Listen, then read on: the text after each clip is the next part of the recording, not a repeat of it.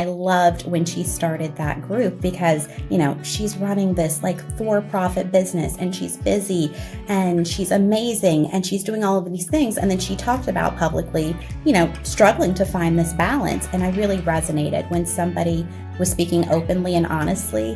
When you love your job, when you love running a company or a business, and you also love your family, right? And what does that balance look like? And for me, it was realizing that there is no real balance. Like sometimes I'm giving more to my family 1 week or 1 month.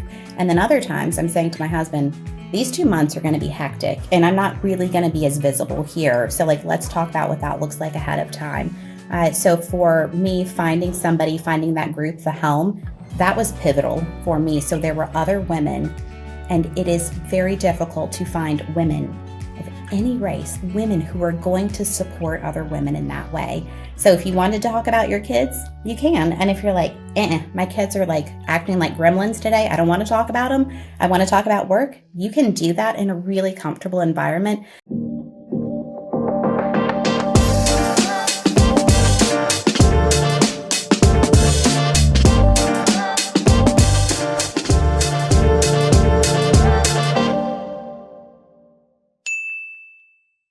All right, guys, welcome back to a brand new episode of the Hart and Hustle podcast. Today is going to be an amazing conversation because I'm sitting across this digital table from an amazing leader and CEO, Tosha Connors, who is the CEO of My Sister's House. Tosha, welcome to the show. Thanks for having me, Keenan. This is going to be an amazing conversation. We're going to talk about your personal journey when it comes to supporting amazing nonprofit organizations. We're going to talk about some of the challenges that we face in society today with different cultures becoming a part of our cities that we know and love. We're going to talk about the challenges when it comes to domestic violence advocacy and so much more. But before we kind of get into this, Tosha, how's your heart doing today? It's beating a little fast, but I'm excited to be here. Thank you for asking. Absolutely. So in order for us to kind of get into, the amazing work that you do, I think it's important for us to talk about the backstory. So I know that early in your career, you spent time working in Washington, D.C., New York, Washington State as well. Or no, that's actually just Washington, D.C., down the East Coast. New York. And you also spent some time in Atlanta as well before returning back to South Carolina. So let's talk about that. I would say that journey that you went on to work in all those different spaces. What kind of work were you doing? Sure. I was in the nonprofit field the whole time. So after I graduated from UGA with a master's in public administration, I went to DC. I was working for Boys Town, so serving abused, neglected, underserved children there. Then made my way up to New York, and I was working in East Harlem, specifically with undocumented immigrants. And then down to Atlanta, where I was working with an organization that served individuals with developmental and intellectual disabilities. So even though they were all different themes and nonprofits, domestic violence was certainly an undercurrent and a continuing theme among all of them. When you leave UGA, why are you so inspired to go into the nonprofit space and do the work that you're doing? This seems like such heart-centered work. I wonder, was there an aha moment early in your life where you thought, this is the work that I want to do? That's a good question. So when I was applying for grad school, I was looking at a few different programs, and I was really considering a master's in public health. And then I was looking at the public administration route. I ended up taking that route with a nonprofit focus because I saw in my own life how my grandmother and my mother were just always there for people in our community, family members. And I wanted to emulate that myself. I would always say that the biggest point of pride for me would be somebody comparing me to my mother or to my grandmother. If I can be the type of mom that my mom has been to me, to my 3 boys, I would feel like I hit the lottery, right? If somebody made that comparison. And similarly, when I was thinking about the kind of woman that I wanted to be, the kind of person I wanted to be, it was really modeled after the 2 of them. So it was a natural fit to really go for the public administration route with a nonprofit focus. What type of woman was your mom?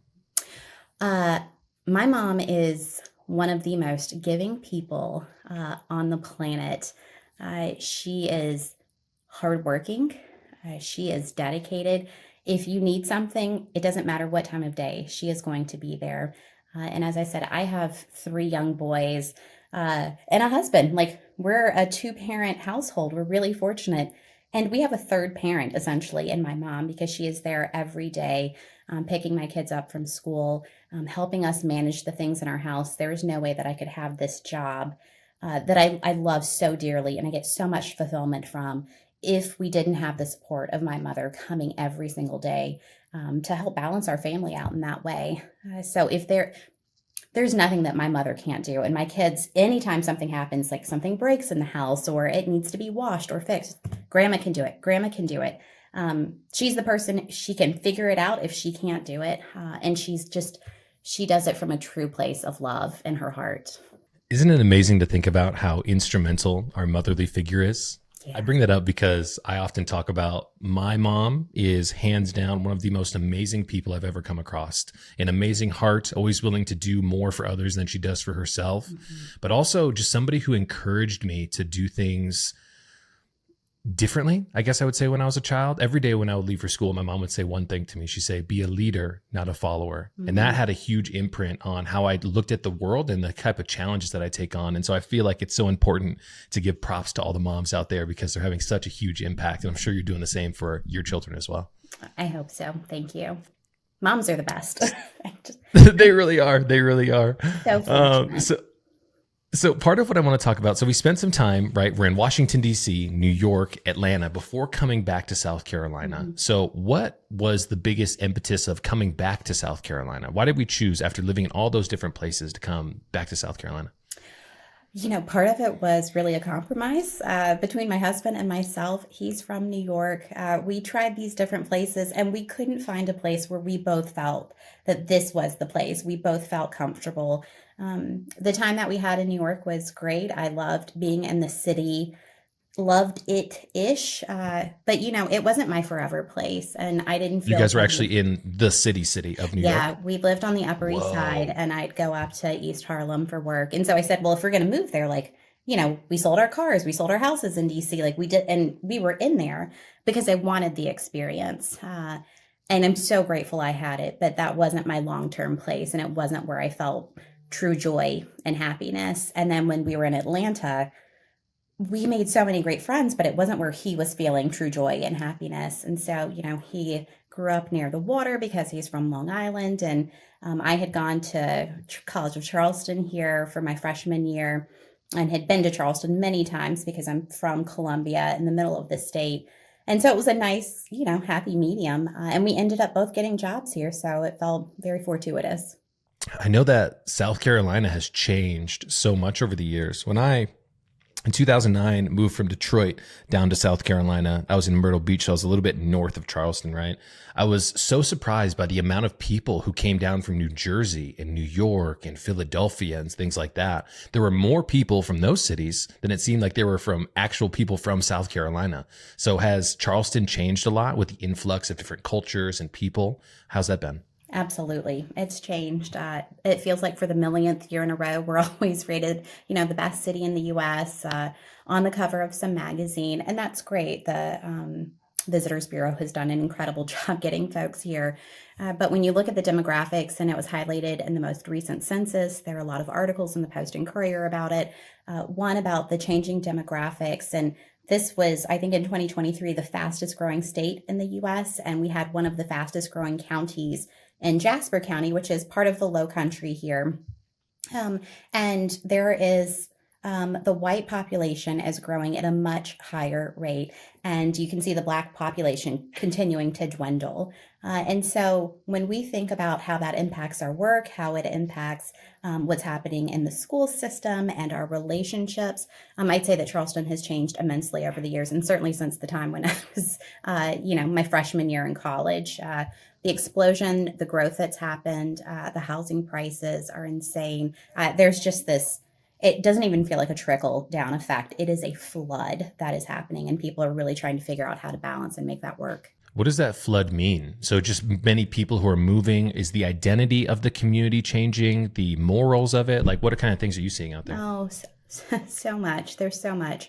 So certainly, let's start with the housing, right? There are a lot of people who came from New York, New Jersey, Connecticut. There are a lot of folks who've come from Ohio, just all over California, right? The housing prices are astronomical here. So when people are coming from other states where it costs more money, the taxes are higher, and they're like, wow, I can get this great house and I can pay cash for it. The folks who are living here can no longer afford to live here. And just to give you a little bit of perspective, some of the clients that we serve here at my sister's house, pre-pandemic, if we were looking for a spot, we might be able to find something for $900 a month. And this is like a 1-bedroom unit, right? And now those same clients are having to find things that are $1,500 a month that are not central, not near transportation. It makes it impossible to have the kind of job and the lifestyle that you need, not only just to survive, but to thrive here. So that's changed. Certainly, there are a lot of identity politics and things that have shifted in that way. And then, at a really basic cellular level, there's just the kindness that you would get with certain communities, that you would get from knowing your neighbors. We live in a really lovely neighborhood. And even on my street, we had a block party a few months ago, and somebody said, oh God, there's nobody even from down south who's here because everybody's moved from somewhere else. I'm like, no, I'm from South Carolina. And it was like, oh, wow, like somebody who's actually from here lives here, because you just don't get that. So really trying to foster a sense of community, even on our own street, has to be very intentional and has been a challenge at times. It really isn't. You have to be incredibly intentional to be able to meet your neighbors today, which is a crazy thing to think about. I was having a conversation with another guest on the podcast, and we were talking about the challenge of isolation and loneliness. And he posed a simple question. He said, Keenan, how often do you go spend time with your neighbors? And I said, never. And he said, okay, here's another scenario. Simple question. If you were out of sugar, would you go to the store, option one, drive the 10 minutes there, 10 minutes back, or would you go knock on your neighbor's door and say, hey, I'm so sorry, can I borrow a cup of sugar? And I said, I would honestly drive to the store because I don't know the community around me. Isn't that a scary thought to think about? It's so scary for many reasons. And it's something that I really struggle with because, where we grew up, I feel like I'm going to sound like an old curmudgeon, like get off my lawn. It was better in the old days. But, I was riding my bicycle like 2 miles through my neighborhood to get to my friend's house. And this is when I was like in the 2nd and 3rd grade. I was a latchkey kid, like my parents didn't come home. I had a key around my neck so I could get into the house. And, I don't feel comfortable letting my son go more than a few blocks because I've timed him and I know how long it takes. And I'm like, I don't know some of these people. I may not trust what's happening out there in the world. And it makes me nervous to feel that way, right? To always have to be on guard when I'm thinking about my kids and the community and knowing who are the safe people on our street. If something happens, this is a safe person. You can go to this house, but you're not going inside so-and-so's house. And it's really sad when I think about the kind of experience that my children and other people have and what it was like when I was growing up, in that sense of community that just, it's not there in the same way. I never really thought about it from that perspective. Yes, I would be a lot less comfortable with my child riding their bike around the neighborhood when I'm in a neighborhood full of strangers. That's a huge element of something that I've never really thought about before, but you're 1,000% right. I want to pivot in a little bit into how some of these issues that we've been talking about, cultures coming together, the lack of community, the sense of individualism, right, that we see in our local neighborhoods, and the price of housing that's increased. When it comes to the challenges that you guys are facing when it comes to domestic violence advocacy, are the cost of rising housing prices affecting the ability for the people who come to you guys to be able to have a safe space to get out of a scary situation? Right? I never really thought about it like that. Certainly. So we know that financial abuse is the most common co-occurring form of abuse. So there are a lot of reasons why somebody may not leave their toxic or abusive relationship. They can't afford to leave. They have children. Also, we know that when somebody decides to leave the relationship, that is an increased likelihood that that person will be murdered because you're taking away the power and control from that abuser. So it's a very scary time to leave. It's one of the most common questions we get, right? Like, well, if this person's being abused, why don't they just up and leave? Well, if it were that easy, people would do it. So you have all of these different factors and certainly the financial abuse. So for And I'm going to say women, we know also men are abused. But if you have not worked, if you are the person who has been bearing the children, taking care of the children, maybe you don't have a skill set to get the kind of job that you want to get, or that skill set and that job is not paying enough for you to be able to afford to leave. So if you want to continue to feed your children, put clothes on their back, they want the same quality of life or something similar than what you previously had. And oh, by the way, you have been isolated from your support group because that's what abusers do. They isolate you from your family and friends and your support group. Where are you going to go?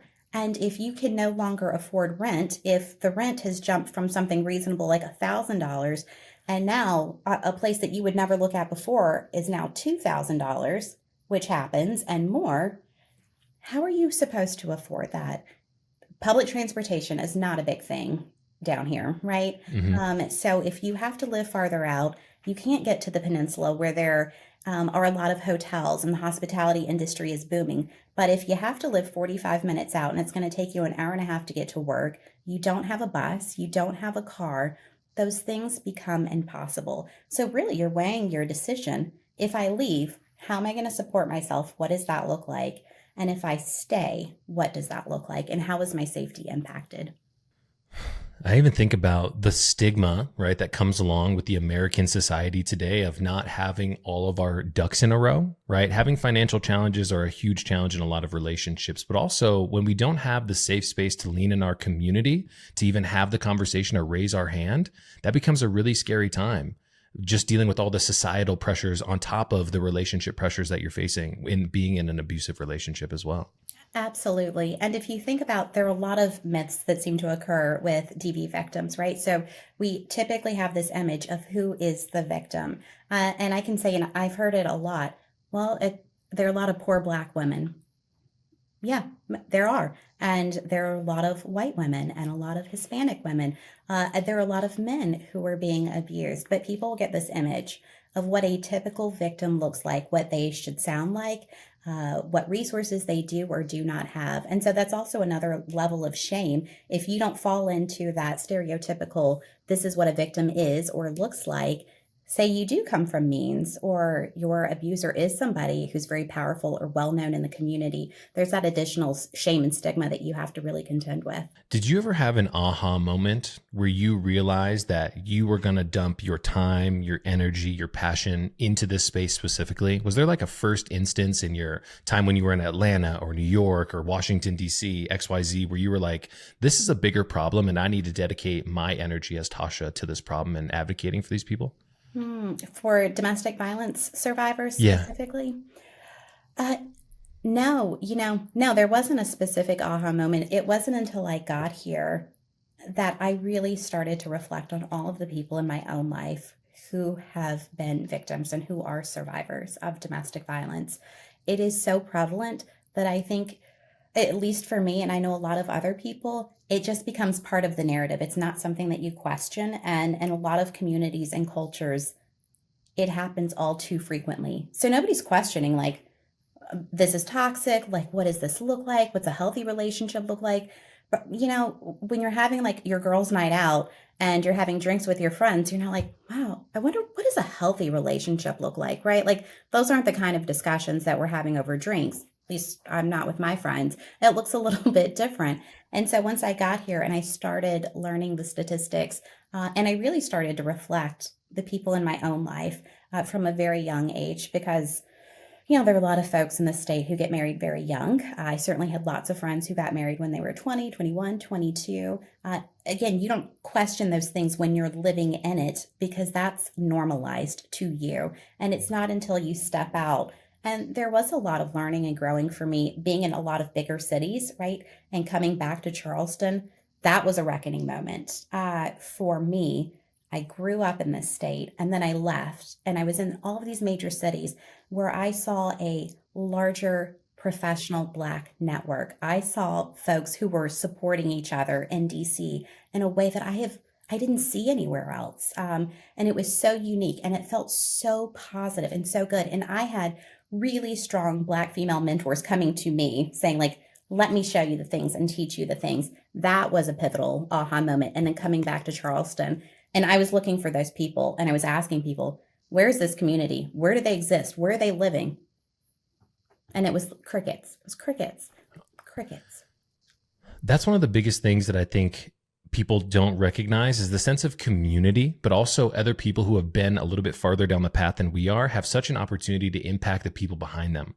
And so it sounds like you were surrounded by those powerful leaders, that community. But when we come back to South Carolina, there's really nobody around. So how did you start to formulate that sense of community, especially coming from where you came from? How did you duplicate that feeling? It's been a slow process, and it has been about choosing the people intentionally to bring into this space, because this work it can be very emotionally draining, also incredibly fulfilling. I have to be very intentional about the people I allow into my life and to take up my space and energy in that way. So it has been finding other leaders in this space, maybe in other parts of the state, through our coalition. It has been going back to some of the leaders and relationships that I had in other cities. And even though they're in a totally different industry, getting that advice and leaning on them, and really utilizing those experiences. And then it has been creating my own little group here. So finding other like-minded people who want to be transformative. They want things to be better. And there's this real sense and this desire and this urgency, right? Like, I think a lot of folks, we recognize the things that need to change, but there is this innate urgency that we must do something right now. And it doesn't have to be perfect, but we have to do something. And if we have the good intent, if we have the love, if we're keeping the clients at the center of what we do, ultimately, we're going to make things better. I mean, I truly believe that. So let's get a little tactical here, because, one of the things that I think we experience a lot more examples of is somebody lives in a town, they move to a new place because of work, because of life, XYZ. They may have come from a place like DC and New York where they had a community around them. How do you insert yourself into a new community where there's no community that's been built up of like-minded people? How do we get kind of the ball rolling? Especially when you're doing as much as you're doing on a daily basis. Are you showing up at events? Are you sending DMs on LinkedIn? How are you trying to build that community around you? I'm a really poor social media type person. So that may be the avenue for some people. It hasn't been for me. Are you writing letters to people? What are we doing? Smoke signals. There you go. So the ways that I've done it, our chamber, we have the Charleston Chamber of Commerce. I believe it's like the oldest chamber in the US. They're very active, a lot of folks there. So I was looking at other, even though I'm mid-40s, I like to consider myself younger professionals. Where are these people? Where are they? Where are they hanging out? The people I knew were making moves. And, in 15, 20 years, we're going to be the next leaders, are going to be the next leaders of this town. Those people, let me go to some of the things that they're going to and feel them out and see if there's a vibe, if we have some commonalities, and if they're a good person, right? So I went to a lot of chamber events. It's being consistent. It was choosing one or two things, like the chamber. There's a woman here, Amy. She started this group called The Helm for Executive Mothers. I loved when she started that group because, she's running this like for-profit business and she's busy and she's amazing and she's doing all of these things. And then she talked about publicly, struggling to find this balance. And I really resonated when somebody was speaking openly and honestly. When you love your job, when you love running a company or a business, and you also love your family, right? And what does that balance look like? And for me, it was realizing that there is no real balance. Like sometimes I'm giving more to my family 1 week or 1 month. And then other times I'm saying to my husband, these 2 months are going to be hectic and I'm not really going to be as visible here. So let's talk about what that looks like ahead of time. So for me, finding that group, The Helm, that was pivotal for me. So there were other women, and it is very difficult to find women of any race, women who are going to support other women in that way. So if you want to talk about your kids, you can. And if you're like, my kids are acting like gremlins today, I don't want to talk about them, I want to talk about work, you can do that in a really comfortable environment. And so finding that place where I could be both, I didn't have to choose, that was really important to me. It sounds like you also have to be incredibly brave, right, to show up as your full version of yourself. I'm guessing that's why it's a little bit difficult to find people who are willing to support you on both sides of the professional and the personal side. That's kind of what I picked up on intuitively. Was that correct? I'd say so. Yeah, there's certainly a level of vulnerability and a level of liability that I think everybody really feels when you're like, how much of my real, authentic, genuine self can I be? And, oh, I'm generally a positive person, but I'll tell you, like, I'm always assuming the worst. And I don't know if it's a product of like the environment that I'm in, where, you see the outside shell of a lot of people and it's beautiful, but you know what's happening on the inside. So just inherently, I don't trust a lot of people.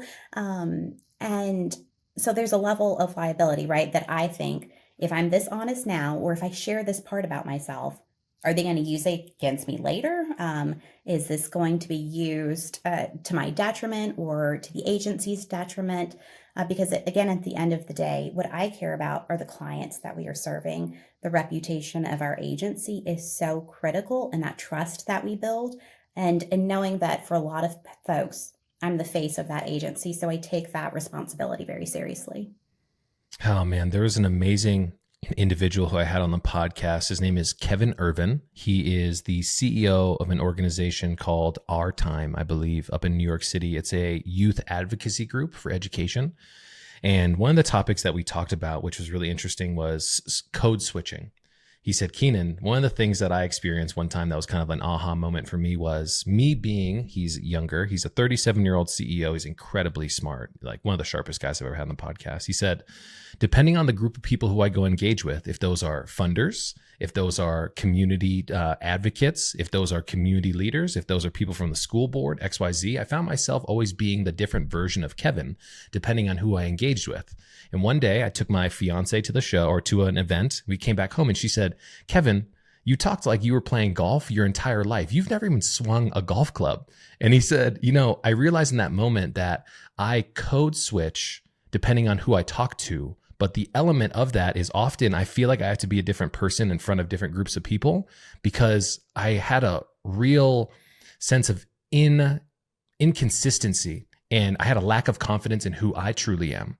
Isn't this a really tough battle to say, I want to show up as I truly am, 100% authentic me, but I also need to balance the business side because I'm afraid that if I'm over vulnerable, people will use that against me. That's a really interesting position to be in, just in society and the life experience in general. Yeah, it is. And I've thought about that. And I've also thought about the fact that everybody's multifaceted, right? So, there was a time in my life I loved playing golf and learned and played with my dad. And there are times that I like bringing that part of myself out, right? In the same way that there may be certain things that I share with one friend because we have these things in common, but I may share more of another part of myself with a different friend. And I do feel that way about, our donors, our supporters, depending where I'm going in the state. If I'm at Kiowa and it's, very upper crust and I'm going to present a certain way and dress a certain way, but I always still look like me. And I hope at the core still stay me. But then there's that part where you're like, know your audience, right? How am I going to show up? And I do, yeah, I struggle with that sometimes. Like, is that fully authentic? Everybody's putting on some sort of mask or something depending on who they're talking to. And maybe it just depends like to what degree you're really pushing that side of you. Yeah, it's something I think about a lot. Yeah, I think about that a lot as well. I gave the example when I was talking to Kevin. When I first started working in the healthcare space back in 2014, the Keenan who you see here in the black t-shirt and the hat was non-existent. He would wear a button-up t-shirt with a tie and a suit jacket because I felt like I had to fit in. And then I started recognizing that often the value that I was bringing to the relationship was based on my expertise, my own perspectives and how we were going to tackle challenges. And then one day I decided, hey, I'm just going to show up as I truly am in a pair of Jordans and a pair of jeans, sit across the table from the CEO and say, hey, this is what I can solve for you. And guess what? Everything went well and we won the business. And I said, hold on, have I been wasting so much of my personal energy thinking about a reality that wasn't even real? I mean, it's a really interesting battle that we have to go through, especially as leaders of organizations, because the authentic Tosha, you can pick up on that person, right? Naturally, our intuition says she's being 100% who she is, and that attracts me to her instead of trying to be a different version of ourselves for people, which is an Yeah. interesting battle. Can I tell you just a fun little aside? It's a hair Of story, course. Go but ahead. tangentially related. So, yeah, I assume most Black women will totally get this. Um, you know, I had relaxers in my hair most of my life. And then when I was working in DC, one of my colleagues was natural. And at that point, my hair was maybe like 2, 3 inches natural. And I was like, oh my gosh, this is crazy. I need to go get it straightened. She's like, no, don't do it. Like, it's so freeing. And I had not been natural since the second grade. So I didn't know what my curls looked like. I didn't know how to take care of them. Yes. And that day, we went into her office. She took her office scissors and she just cut my hair. She cut it all off. And I just had like 3 inches of like natural growth. And I'm sitting there, I'm like, what the fuck did I just do? And I like run home and I'm washing my hair and I'm like, what are my curls gonna look like? And I'm biracial, so I'm assuming I'm gonna have like real cute, like wavy curls. I have like very tight 4C, like very, very kinky curly curls. And I was like, I don't know what to do. From that point on, like I didn't go back to getting my hair relaxed, right? Like I've always had natural hair in some form or fashion. I've worn a lot of wigs. I'll have it braided. I'll have it twisted. I'll just have my natural hair. My husband has seen me in like 50 different hairstyles, and he's not surprised depending on how I come home anymore. But it was really that was the moment where I was like, I'm just going to be me. And it was very bold and out of my comfort zone, right? To like let a colleague take her office scissors and just start snipping away at my hair. And then there is so much of your identity. There's so much emotion wrapped up into your hair. And for such a long while, I was obsessed with like growing it long, having it pressed. It need to be straightened because to me that's what was considered beautiful, right? Like that's what you want, this long, like flowing hair. So that was a real identity pivotal moment for me where it's like, like I'm going to have my natural hair. And what I love now is that I have 3 boys and my oldest son has very curly hair. And he's always like, I don't like those wigs. Those look stupid. You look best with like your natural hair. And I love that he loves that and that he loves his curls. So that made me feel so proud when I think I look like a hobbit, and I've just rolled out of bed and my son's like, yes, like that. I'm like, Get it, mom. yeah, that looks awesome. And this is a really important topic for us to kind of like riff on for a second, but like so much of our social conditioning is to be a copy and paste version of someone else who we have no idea about their life experience. And I often think about this element of how can we get the pendulum to swing back in the other direction? Because very transparently, we don't need more influencers. We don't need more people who are saying the same story. We don't need more people who are telling us what to do without ever doing it. Mm-hmm. But we need the real versions of ourselves to show up in society, because that sense of connection and that sense of community, of being okay and being yourself, would solve a lot of problems that it seems like we're dealing with today. Yeah, agreed. So let's talk a little bit we talked a little bit about this as kind of like, you go into your coworker's office, you guys cut your hair, you come home, you're a new liberated version of yourself. That's a huge form of self-care, right? With the work that you guys do every single day, incredibly emotionally taxing, incredibly emotionally heavy. How do you create the space so Tosha can show up every single day with a full cup so she can pour into others? What does that look like for you? Something else I continue to work on, but I've been seeing the same therapist for about 7 years now. And that to me is a saving grace, certainly for myself, for my family, for my work. So having somebody who understands what we're doing here, and being able to share that just with all of its flaws, that part has been major for me. And I'm always surprised at the amount of people who come up to me and they say, I just started seeing a therapist. I'm like, oh, I thought everybody was seeing a therapist now. But like, everybody is not seeing a therapist. Go find a therapist. Like, we should all be seeing a therapist. That part has just been hugely helpful. So therapy certainly, making time for my friends. I have a handful, like literally a handful of friends whom I love, and they don't live in South Carolina. One of them does, but they live in other places.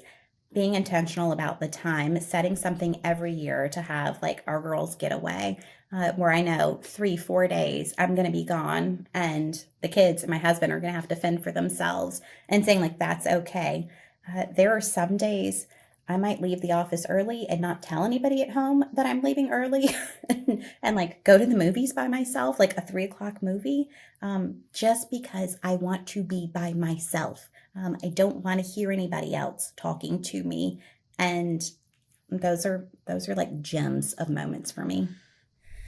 That's something I've been trying to focus on very transparently, is spending a little bit more time by myself. I spend so much time pouring into my team and answering phone calls and helping people navigate challenges. And then when it's after work, my girlfriend's coming home and she's kind of decompressing after her long day going through medical school, that sometimes being intentional about that space that we can create for ourselves, just so we can be with the silence, so we can think about things without emails pinging or calls coming in or Zoom notifications or XYZ, are so important. And I don't think a lot of people actually get a time to disconnect, especially the younger generations. On average, an 18-year-old today spends about 9 hours a day on their screen. That's 9 hours a day of time that they're not getting in peace, right? And that's 24 years over the rest of their lifetime that they'll stay in that space of being interjected on, right? From things that we can't control. That space is so vitally important. I'm so proud of you for actually being intentional about that, even if it means sneaking off to the movies by yourself. Yeah, thank you. That's actually probably the piece that I love the most. One, I'm a natural introvert, and I miss having time to myself. I don't, sometimes I struggle with like feeling guilty and not spending time with my family, or not cleaning something up in my house because it looks like a tornado came through. But then the times that I'm just like, it's quiet. I love to read. I love to listen to audiobooks. I want to watch a movie. Like, I just want to be in something that's so vapid where I don't have to think and I can just be and have fun and be by myself. Those are too few and far between. What's one book that you've read that's had a huge impact on you during your time of being an avid reader? If you could pick one. Oh, there is, oh man, so many. Well, there's a book that I read years ago called A Perfect Peace. And it was about this boy who was growing up, and it was really a nature versus nurture question, and kind of like around his identity and sexuality, and what that environment looked like growing up, and if that was the thing that sort of intrinsically motivated him in his later lifestyle. That to me, I was trying to get so many people to read this book. That one, and there's another book that I read maybe 2 years ago called Homecoming, or Homegoing, sorry, and it was about two different women in Africa, like at the beginning of the slave trade, and so they're split up. They come to America, and they have very different lives, and just how some of those like early decisions really shaped what their lives looked like later. That book was also incredible.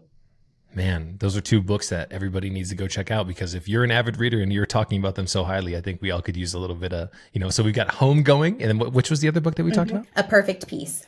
A Perfect Peace. Very appropriate for exactly the topic we were just talking about. There was one really good book that I read in 2021 called The Untethered Soul. And in the book, the author gives an analogy about the voice that is in our head. Do you have an internal monologue? Do you hear yourself think? Oh, yeah, sometimes, yeah, for sure. Okay, so let me ask that question, because there's some people out there who don't have an internal monologue. They don't have that internal voice where they're narrating their thoughts, which is really interesting. I do, but one of the things that this author brought up was the analogy of the roommate. He said, sit here for a second with me in silence. Can you hear that voice in your head? Okay, if you can, that means that you are an observer of that voice. We've spent so much time with that internal monologue that we often think that it's us. But if you can hear something, that means you are separate from it and you have perspective over it. The thing that we should recognize is that often that internal voice is someone else's voice that they put inside of our head, AKA, you're not good enough, Keenan. you can't do those things. They're going to laugh at us, XYZ. If you spend years with that voice, you think about it as being yourself. Now, one exercise that you can do to kind of put this into perspective, your roommate is sitting next to you on the couch. You guys are both watching a movie, and this roommate is a real person. Imagine if they started spewing off about the things that they're talking about. Keenan, did you remember to put the clothes in the dishwasher or in the washing machine? Did you go pick up the dry cleaning? Did you send that email, XYZ? If you were sitting there trying to enjoy a movie, you'd say, roommate, be quiet. And so I've always tried to create that sense of perspective and recognizing that that voice is something that I hear my roommate rather than being me. And that's helped me overcome a lot of my internal challenges, because in those moments of insecurity, I feel like I'm not doing a good enough job. Normally it's that voice or that roommate who's telling me those things. It's been incredibly impactful for me. What's the name of that book again? It's called The Untethered Soul. Uh-huh. Yeah, definitely add it to the to the list for sure. Super powerful. So here's one of my last questions here for us, Tosha, is if we had to go back, right, to Tosha who was in DC or, Atlanta or New York, and you had an uninterrupted 5 minutes with that younger version of yourself, what advice would you give for her as she navigates the future to bring her to where she is here today sitting with me? I would tell myself to not be afraid to be myself, because I realize that is the same thing that like almost everybody else is thinking. Everybody else in the room is just as nervous or just as uncertain, and they're figuring out their response. They're not looking at you the same way that like I would be looking at myself. And so I think knowing that piece, when I would go into certain places, I thought I must be the only one. I'm not as smart. I'm not as prepared, like all of those things in my head. But realizing everybody else is thinking the same exact thing. They're struggling with the same exact things. They're just not saying it out loud. Or some people are better at presenting than others, right? Like they always look great when they show up, no matter where they are. They look like they have it together. I rarely look like I have it together. If I scanned the rest of my office, you'd be like, ooh. And that's just, how it typically looks. And I always wanted to be one of those, like, I want to be that chick. Like, she looks beautiful. She's like, got it together. She's all, no. And once I stopped trying, because it was exhausting and I wasn't getting to that point anyway. And then I was like, well, I'm just going to do me because I can't do anything else and I don't want to anymore. And I got to this place where I was like, I don't want to. I don't care. I think I ended up becoming so much of my father at such a younger age. Hearing the things that my dad would always say growing up, again, I just thought he was like this old curmudgeon, but he was right in a lot of instances. And I was like, damn, I should have listened to him sooner. Where I'm just like, I don't care. My dad would always say like, do they pay your bills? No. Are they helping you survive? No. Okay. Then you don't have a say in what's going on over here. And I adopted so much of that where it's like, you're not paying my bills. You're not taking care of me. Like, then I can make my own decisions and I'm just fine. Right. So yeah, that's what I would tell myself. I love that. We always become a little bit more like our parents, and I think we often want to, but we realize that they were on the right path the entire time, which is so funny. So, one of the traditions we have here on the podcast, Tosha, is we have our previous guest ask a blind question to you. Now, our previous guest is an amazing CEO and founder, and they want to know, when times are toughest, what is the conversation that you have with yourself to get back on the right track? One of my first questions is, have you prayed about this? Have you sought guidance from somebody other than yourself? And oftentimes it's like, no, go do that, right? Because I don't have all of the answers. So seeking guidance, praying, being quiet. Again, I think that's where some of that, like I need to be by myself so I can process how I think and feel about certain situations. Because then once I go outside of myself, and I start getting input from other folks, it can become overwhelming, right? So I need to know how I think and feel about a situation before I solicit a lot of information so I don't go astray. That certainly is key. Talking to my therapist, making sure that I have like our regularly scheduled meetings And I started going back to see a personal trainer. So that was another really important step for me is when I get older, I still want my body to feel strong. I want to feel good about the body that I'm in. I want to be active for my kids. I want to be active for myself. And I want to feel good. And so, like, have you worked out at all? Like, are you eating like shit? Like, are you doing the things for your body to feel good so then you can go out and do good for others? Tosha Connors, definition of heart and hustle. Thank you so much for coming on the show. You absolutely killed it. I really appreciate it. For everybody who's tuning in, watching, and listening, thank you for joining us. We really appreciate it. Thanks for having me. It was really fun.